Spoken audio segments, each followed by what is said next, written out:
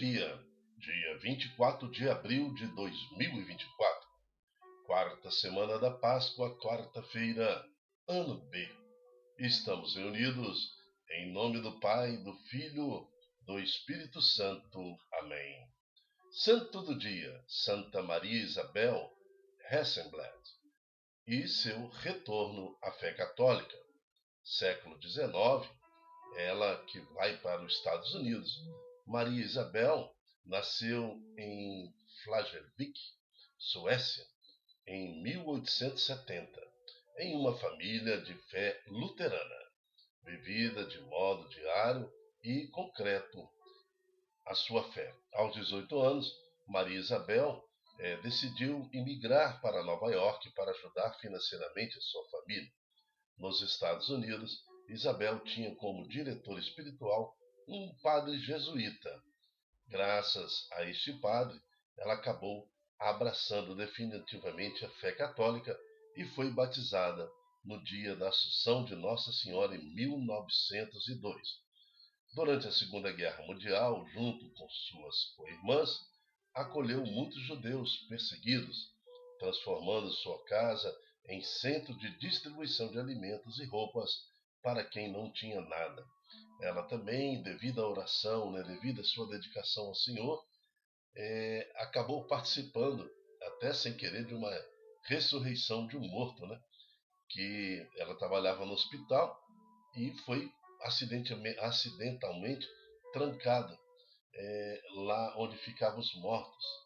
E naquela sala, sem poder sair, ela acabou orando e na sua oração o morto acabou despertando, E no outro dia, quando foram abrir a sala, ela estava lá conversando com aquele que já era morto. Então, assim, são coisas místicas que acompanham Santa Maria Isabel Hessenblatt, que pedimos a Deus agora que orai e intercedei por cada um de nós. Amém. Primeira leitura de hoje está em Atos dos Apóstolos, capítulo 12, de 24 até o capítulo 13, versículo 5a. Leitura dos Atos dos Apóstolos. Naqueles dias, a palavra do Senhor crescia e se multiplicava cada vez mais.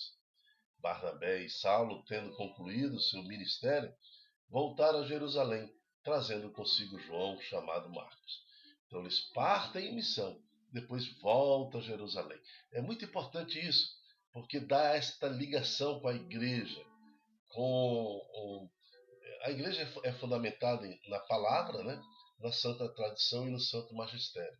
Então eles vão buscar no magistério justamente aquilo que eles precisam, toda a unção no Espírito Santo, todo ide e evangelizar, toda a obediência à igreja. Na igreja de Antioquia havia profetas e doutores. Eram eles Barnabé, Simeão, chamado Negro, Lúcio de Cirene, Maném, que fora criada junto a Herodes, e Saulo. Um dia, enquanto celebrava a liturgia em hora do Senhor e jejuava, o Espírito Santo disse: Separai para mim Barnabé e Saulo, a fim de fazerem o trabalho para o qual chamei. Então eles jejuaram e rezaram, impuseram as mãos sobre Barnabé e Saulo e deixaram-nos partir. Muito importante. A igreja, então, jejua, ele impõe as mãos, e dá o ide a Barnabé e Saulo, para que eles vão, em nome da igreja, evangelizar. Enviados pelo Espírito Santo, Barnabé e Saulo desceram a Seleucia e daí navegaram para Chipre. Quando chegaram em Salamina, começaram a anunciar a palavra de Deus nas sinagogas dos judeus. Eles tinham João como ajudante. Palavra do Senhor, graças a Deus. Então eles jejuaram e rezaram, impuseram as mãos sobre Barnabé e Saulo e deixaram-nos partir.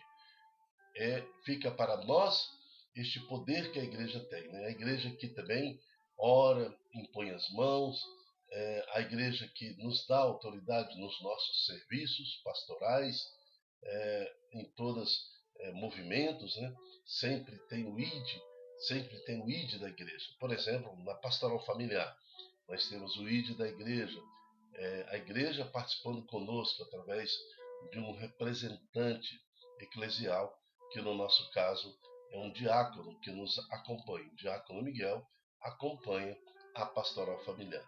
Então, a presença da igreja nos movimentos, serviços e pastorais é muito importante, porque dá esta ligação apostólica. Esta ligação apostólica traz consigo toda a tradição, toda a palavra e todo o magistério. Nisso está contido o poder de Deus na igreja, assim como no tempo de Paulo, assim como no tempo de Barnabé, na igreja primitiva, assim acontece até os dias de hoje.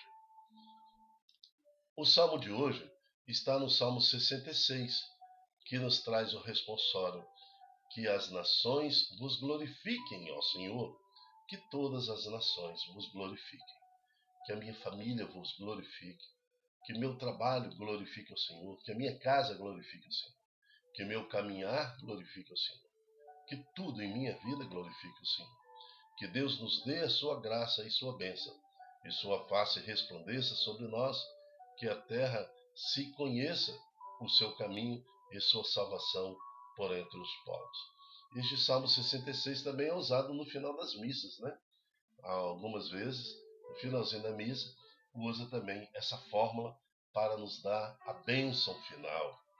Exulte de alegria a terra inteira, pois julgais o universo com justiça, os povos governais com retidão, e guiais em toda a terra as nações. Que as nações vos glorifiquem, ó Senhor, que todas as nações vos glorifiquem. Evangelho está em João, capítulo 12, 44 a 50. O Senhor esteja conosco. Ele está no meio de nós. Proclamação do Evangelho de Jesus Cristo segundo João. Glória a vós, Senhor. Naquele tempo, Jesus exclamou em alta voz. Então me parece aqui que o Senhor Jesus quer que nós compreendamos o que ele vai dizer agora. Quem crê em mim, não é em mim quem crê, mas naquele que me enviou. Quem me vê, vê aquele que me enviou. Eu vim ao mundo como luz, para que todo aquele que crê em mim não permaneça nas trevas. Então, aquele que crê, crê na luz. Aquele que não crê, permanece nas trevas. É muito forte o que o Senhor está falando. E depois ele continua: se alguém ouvir as minhas palavras e não as observar, eu não julgo. Aí você pode falar assim: então tá bom, Deus não julga aqueles que seguem por outros caminhos, seguem outras seitas, outras religiões. Eu não julgo. Agora vem um porém, né? Agora, depois de uma vírgula, o Senhor continua falando: porque eu não vim para julgar o mundo, mas para salvá-lo. Quem me rejeita e não aceita as minhas palavras, já tem o seu juiz, ou seja, será julgado. A palavra que eu falei o julgará no último dia, porque eu não falei de mim mesmo, mas falei do Pai que me enviou, e é Ele que me ordenou e que eu devia dizer e falar. E eu sei que o seu mandamento é vida eterna. Portanto, eu digo. Portanto, o que eu o digo conforme como o Pai me falou. Palavra da salvação. Glória a vós, Senhor. Então, Cristo não veio para julgar o mundo, mas a palavra há de nos julgar. O que o Senhor fala é palavra eterna de salvação. Então, aqueles que não aceitam a luz, querem caminhar nas trevas, distante de Jesus. Mas como que eu caminho nas trevas? Aceita que eu participo, faz caridade, né?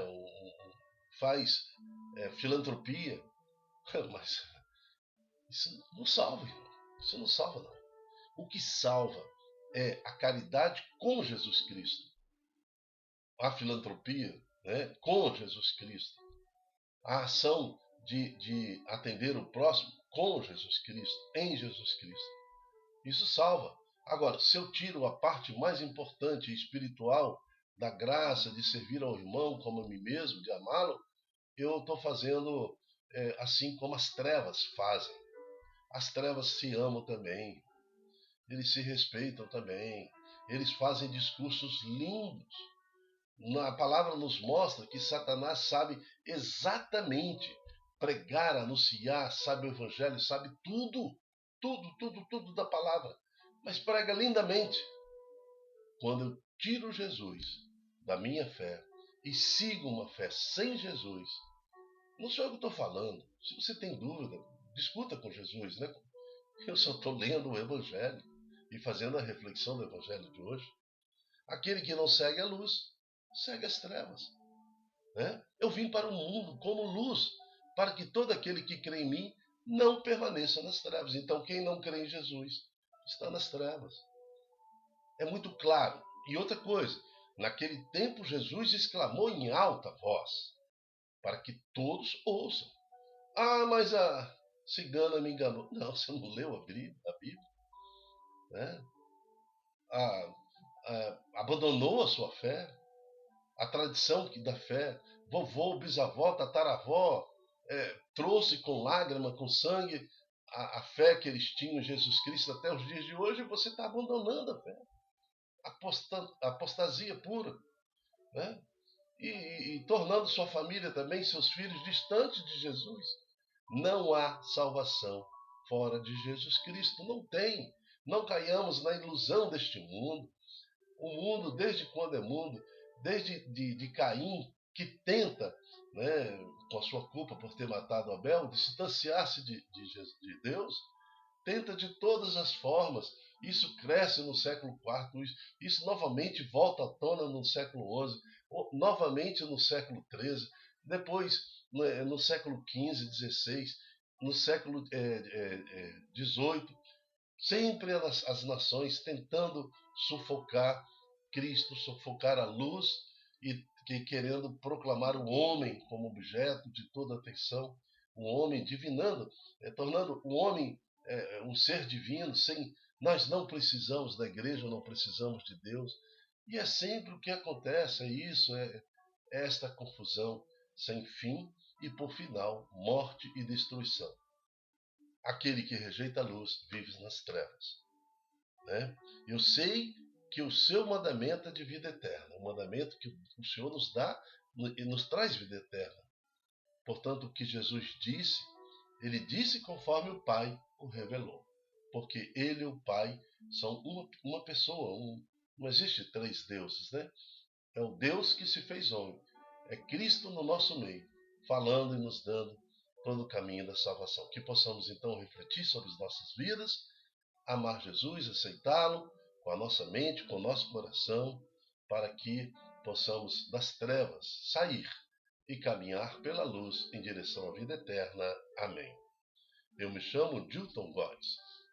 O nosso projeto chama-se Ai de mim se não evangelizar. E o nosso caminho que nós queremos passar e conduzir a nossa vida é o caminho da luz. Seja você também um evangelizador. Multiplique em suas redes sociais esta palavra, esta oração, para que mais corações saiam das trevas e aceitem a luz que é Jesus Cristo, para a honra e glória do nosso Senhor. Amém. Até a próxima, se Deus quiser. Tchau, tchau.